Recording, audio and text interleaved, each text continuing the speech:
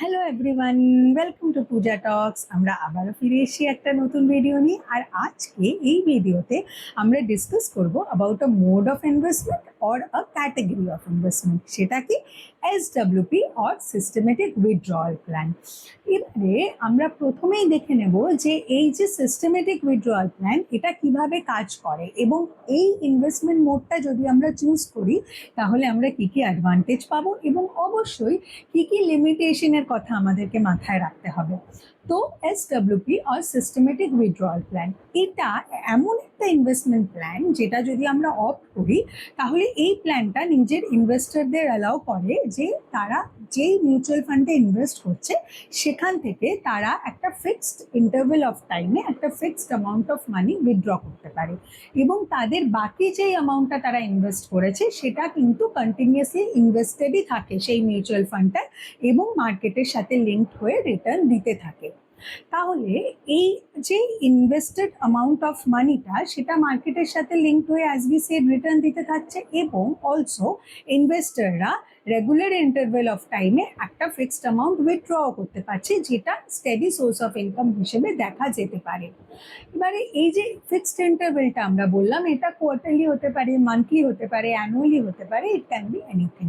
তাহলে সহজ ভাষায় যদি আমি দেখি তাহলে কি, সাপোজ আমি একজন ইনভেস্টর, আমার কাছে 10 লক্ষ টাকা আছে। এবার এই 10 লাখ রুপিস আমি একটা মিউচুয়াল ফান্ডে ইনভেস্ট করলাম এবং আমি এসডব্লিউপিতে অপ্ট করলাম এবং আমি কি চুজ করলাম যে এভরি মান্থ আমি 10,000 রুপিস উইথড্র করবো। তাহলে এই 10,000 রুপিস মান্থলি এটা আমার স্টেডি সোর্স অফ ইনকাম এবং আমার যে বাকি অ্যামাউন্টটা, লাইক আই সেড ফার্স্টে আমি 10 লক্ষ টাকা ইনভেস্ট করেছিলাম, সেটা কিন্তু ইনভেস্টেড থাকছে ওই পার্টিকুলার মিউচুয়াল ফান্ডটাতে আর মার্কেটের সাথে ট্যালি করে মার্কেটকে মিরর করে সেটা রিটার্ন দিতে থাকছে।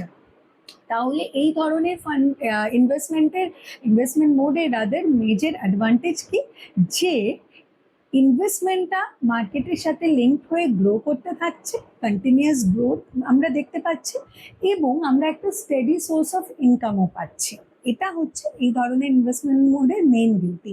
কিন্তু তাহলে আমাদের কি লিমিটেশনের কথা মাথায় থাকতে হবে, যদি একটা মার্কেট কারেকশন আসে over a long period of time, suppose 2 years or 18 months or 1 ইয়ার, তাহলে কিন্তু যেই ইনভেস্টেড অ্যামাউন্টটা থাকছে সেটা ডেপ্রিকেটেড হচ্ছে, মানে এটা ডিপ্লিটেড হচ্ছে এবং মার্কেট যেহেতু সেটা রিফ্লেক্ট করছে, তাহলে ওই অ্যামাউন্টটা কিন্তু মিউচুয়াল ফান্ডে যখন ইনভেস্টেড সেটা ডেপ্রিকেটেড হচ্ছে এবং অ্যাকর্ডিংলি কিন্তু তাহলে আমাদেরকে অ্যামাউন্ট টু বি উইথড্রনটা মডিফাই করতে হবে। সেই অপশনটা আমাদের কাছে আছে বা সেই ফ্লেক্সিবিলিটিটা আমাদের কাছে আছে। এটা আমরা গোয়িং ফরওয়ার্ড ডিসকাস করব, কিন্তু আমাদেরকে এটা মাথায় রাখতে হবে যে মার্কেট অ্যানালিসিস কিন্তু খুবই জরুরি। কারণ যদি মার্কেট কারেকশন বা মার্কেট ভোলাটিলিটি আর ডাউনসাইড যেটা আমরা বলি, সেটা যদি বড়োভাবে আমরা লক্ষ্য করি কোনো লং পিরিয়ড অফ টাইমে, তাহলে কিন্তু আমাদের ইনভেস্টেড মিউচুয়াল ফান্ডের ওপরে সেটা এফেক্ট করে। তখন কিন্তু আমাদেরকে অ্যাকর্ডিংলি আমাদের উইথড্রয়াল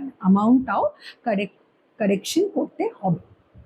এটা এই জিনিসটা আমাদেরকে এই ধরনের ইনভেস্টমেন্ট মোডের ক্ষেত্রে মাথায় রাখতে হবে। তাহলে এসডব্লিউপির কি ফিচার্সগুলো আমরা একবার দেখে নেব। Number 1, steady source of income. এটা কাদের জন্য ভালো? ফ্রিল্যান্সার অর রিটায়ার্ড পারসন যারা একটা steady source of income opt করছে, যে ঠিক আছে মান্থলি অর কোয়ার্টারলি বা অ্যানুয়ালি আমাদের একটা স্টেডি অ্যামাউন্ট হাতে আসছে, তাদের জন্য এই ধরনের ইনভেস্টমেন্ট মোড খুবই ভালো। নাম্বার 2, ফ্লেক্সিবিলিটি, যেটা আমরা একটু আগেই বললাম। এবার ফ্লেক্সিবিলিটি বলতে কি, এই যে ইন্টারভেলটা, যে কতদিন পর পর আমরা আমাদের অ্যামাউন্টটা উইথড্র করতে পারবো বা কতটা অ্যামাউন্ট টু বি উইথড্রন, এটা কিন্তু আমরা চেঞ্জ করার মতো ফ্লেক্সিবিলিটি এসডব্লিউপির ক্ষেত্রে আমাদের কাছে আছে। যেটা আমি একটু আগে বললাম যে কখনো যদি মার্কেট ভোলাটিলিটি বা কারেকশন আমরা লক্ষ্য করি যে সাপোজ একটু লং ফেজে চলছে, সেটা অবশ্যই মার্কেট আবার কারেক্টেড হয়ে যাবে, কিন্তু সেই পয়েন্ট অফ টাইমটার জন্য সাপোজ 18 মান্থস অর 24 মান্থস একটা market correction or volatility downside চলছে, তখন যদি আমরা চাই যে আমাদের অ্যামাউন্ট টু বি উইথড্রনটা আমরা একটু কমিয়ে আমরা সেটাকে কারেক্টেড করে আমাদের ইনভেস্টমেন্টটাকেও কারেকশন করব, তাহলে কিন্তু সেই ফ্লেক্সিবিলিটিটা এসডব্লিউপির ক্ষেত্রে আমাদের কাছে থাকছে এবং অবশ্যই স্টার্ট ডেট এবং এন্ড ডেটও আমরা মডিফাই করতে পারি আমাদের নিজেদের ইচ্ছা মতো। নাম্বার 3 কি, মার্কেট রিলেটেড রিটার্নস। আমরা যেরকম বললাম যে যেই রেস্ট অ্যামাউন্টটা, উইথড্রয়াল অ্যামাউন্টটা যেটা ফিক্সড ইন্টারভেলে হচ্ছে সেটা তো আমাদের কাছে আসছে, কিন্তু যেটা রেস্ট অ্যামাউন্ট ইনভেস্টেড সেটা মার্কেটের সাথে লিঙ্ক হয়ে রিটার্ন দিতে থাকছে। এটা কিন্তু ইনফ্লেশনকে বিট করতে সাহায্য করে। লং টার্মে অবশ্যই আমরা গ্রোথ দেখতে পারি এবং অবশ্যই আমাদের পোর্টফোলিওটাকে কুশন আপ করতে হেল্প করে, যেহেতু মার্কেটের সাথে এটা লিঙ্ক হয়ে রিটার্ন দিতে থাকছে, গ্রো করতে থাকছে। নাম্বার 4 যদি আমরা দেখি ট্যাক্সেশন কি, এই যে এসডব্লিউপি, এটা part gain and part capital, যে আমরা কিছুটা উইথড্র করে নিচ্ছি এবং কিছুটা ইনভেস্টেড থাকছে। ট্যাক্সেশনটা আমরা একমাত্র ক্যাপিটাল গেনের ক্ষেত্রেই ফেস করি, যে অ্যামাউন্টটা আমরা ফিক্সড ইন্টারভেলে উইথড্র করছি সেটার ক্ষেত্রে আমরা কোনো ট্যাক্সেশন লক্ষ্য করি না। এবং ওই যে ক্যাপিটাল গেনের ক্ষেত্রে যে ট্যাক্সেশনটা, সেটা কিসের ওপর ডিপেন্ড করে, হোল্ডিং পিরিয়ড বা কি কাইন্ড অফ ফান্ডে আমরা ইনভেস্ট করেছি, ডেট অর ইকুইটি এটসেট্রা, নানান রকম ফ্যাক্টরে, কিন্তু সেটা একমাত্র ক্যাপিটাল গেনের উপরেই আমরা ফেস করি। মার্কেট ভোলাটিলিটিকে বিট করা, নাম্বার 5 যদি আমরা দেখি, সেটা কিরকম, যে লামসামের ক্ষেত্রে কি হয়, আমি আমার লামসামটাকে অ্যাট এ টাইম উইথড্র করে নিলাম এবং তখন যেই মার্কেট যদি ডাউন সাইড চলে তাহলে সেটার এফেক্ট করে। কিন্তু এই যে আমরা কিছুটা অ্যামাউন্ট উইথড্র করছি এবং আমাদের বাকি মেজর অ্যামাউন্টটা মার্কেটে থাকতে দিচ্ছি, তো অবশ্যই কিন্তু এটা একটা রেগুলার আর সিস্টেমেটিক উইথড্রল, এটা একটা ডিসিপ্লিনড মোড অফ উইথড্রল। এতে আমরা অ্যামাউন্টটা উইথড্রও করতে পারছি, আবার আমাদের অ্যামাউন্টটা মার্কেটে থাকছেও, তো অবশ্যই এটা কুশন আপ করছে। এবং মার্কেটে যখন আপসাইড আসবে বা মার্কেট গ্রোথের সাথে ট্যালি করে আমাদের ইনভেস্টমেন্টটাকে আমরা অ্যাকর্ডিংলি গ্রো করাতে পারছি বা সেভাবে সেটা রিটার্ন দিচ্ছে। এবং এই ধরনের ইনভেস্টমেন্ট মোড আমরা অলরেডি বলেছি যে কাদের জন্য ভালো, যে রিটায়ার্ড পার্সন যারা এটাকে পেনশন হিসেবে দেখতে পারে, বা কোনো ফ্রিল্যান্সার যারা কোনো ইনোভেশনে কাজ করছে, বা যাদের কোনো প্রজেক্টস বড় আইডিয়া আছে, তারা একটা স্টেডি সোর্স অফ ইনকাম চাইছে এবং তারা অ্যাকর্ডিংলি আলাদাভাবে নিজেদের মতো করে কাজ করতে চাইছে।